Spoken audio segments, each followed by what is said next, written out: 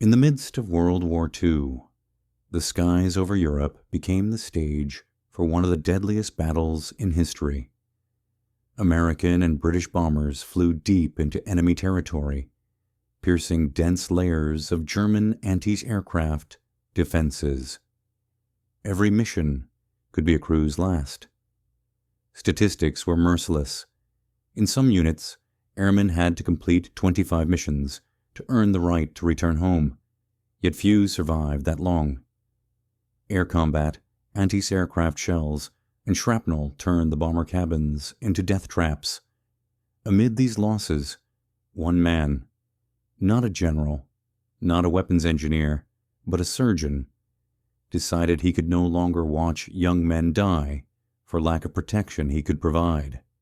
His name was Dr. Dreves, and he quietly revolutionized aviation safety by creating what would later be called the steel vest of life, an invention that saved thousands of bomber crews, yet nearly cost him his career.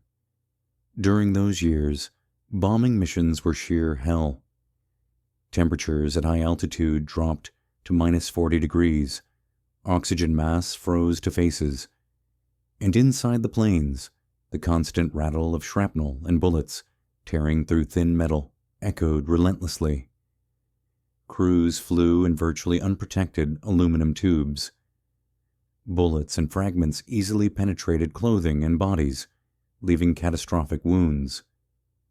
Doctors treating returning crews saw the horrors firsthand. Amputations, chest wounds, abdominal injuries, areas not shielded by armor, were easy targets. Dr. Dreves, a surgeon with the U.S. Air Forces, had seen enough death. He understood that these young men were dying not from lack of courage, but from lack of protection. One day, after performing surgery on a young gunner who did not survive, Dreves laid down his instruments and said, "We have to do something." They should not be this defenseless. He was told it was impossible. Armor was too heavy to wear in the air.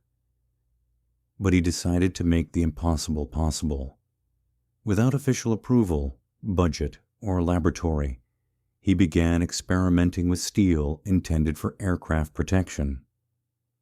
Dreves sought a material light enough to allow mobility and flight, but strong enough to stop shrapnel. He worked nights in an improvised workshop near the medical unit. Using scrap steel sheets, he created prototypes, testing different combinations of metal and fabric. Together with a few technicians, he conducted live fire tests with pistols and rifles, measuring which plates stopped bullets and which did not. After dozens of failures, he found the optimal thickness. Just a few millimeters of alloy could stop deadly fragments. Dreves had created not just armor, but the first lightweight steel vest designed specifically for bomber crews, protecting the chest and abdomen, areas most frequently struck by shrapnel. When he presented the prototype to command, the reaction was cold. The military did not welcome unauthorized initiatives, especially from a surgeon rather than an engineer. "This is not our jurisdiction," officers said. "It does not meet equipment standards." But Dreves refused to back down. He persuaded the crew of one bomber squadron to try the vests in actual missions. The first men to wear them did so out of curiosity more than faith. When the plane returned, the squadron commander displayed a dent in the vest, right over the heart, where shrapnel had struck. Without the steel, that gunner would have been dead. Soon word of Dreves' vest spread. Soldiers requested them. Commanders demanded more samples. With every sortie came new stories. A gunner saved from a chest wound. A navigator spared from an abdominal injury. Medical statistics began to change. Where before dozens of deaths from shrapnel were reported, now only minor injuries occurred. But along with recognition came problems. High Command discovered that the invention had been unauthorized, created without permission, and outside official protocol. To the Army, this was a threat to discipline, a precedent they could not condone. Dreves was summoned for questioning. He was accused of insubordination and using materials without proper reporting. Standing before generals, he listened as they called his work unauthorized. But he had one final argument: the numbers. He showed charts and statistics that spoke for themselves. Mortality among crews using the vests had dropped nearly by half.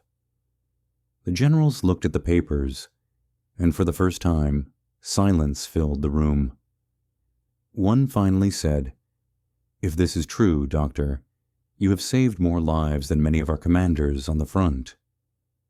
After that, the Army officially approved production. The vests became standard issue for gunners and navigators of heavy bombers. By the end of the war, thousands of airmen owed their lives to the perseverance of one surgeon who refused to let bureaucracy outweigh human life. Dreves did not receive medals or newspaper headlines. His name remained in the shadows for years. After the war, he returned to civilian medicine, yet among veterans circulated the legend of the doctor who saved more lives than any armor on earth. Decades later, his contribution is still felt. Modern body armor, lightweight composites, Kevlar, titanium plates, traces its origins to him. In aviation museums, one of his first steel vests can still be seen. It looks crude: uneven seams, rudimentary fasteners weighing just over 5 kilograms. But it bears dozens of dents from live fire tests, each mark a life saved.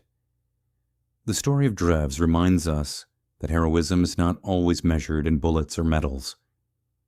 Sometimes it is the persistence of a single person who protects others, even when forbidden. His vest became a symbol of human ingenuity, compassion, and courage. He proved that even one person, without authority or rank, can change the course of a war. Simply by refusing to accept what he saw around him. In the end, it was not weaponry that determined the outcome of the air war over Europe, but people like him. Those who found ways to save lives amid chaos. Dr. Dreves remains in history not as a rule breaker, but as a lifesaver whose unauthorized innovation became one of World War II's most humane acts.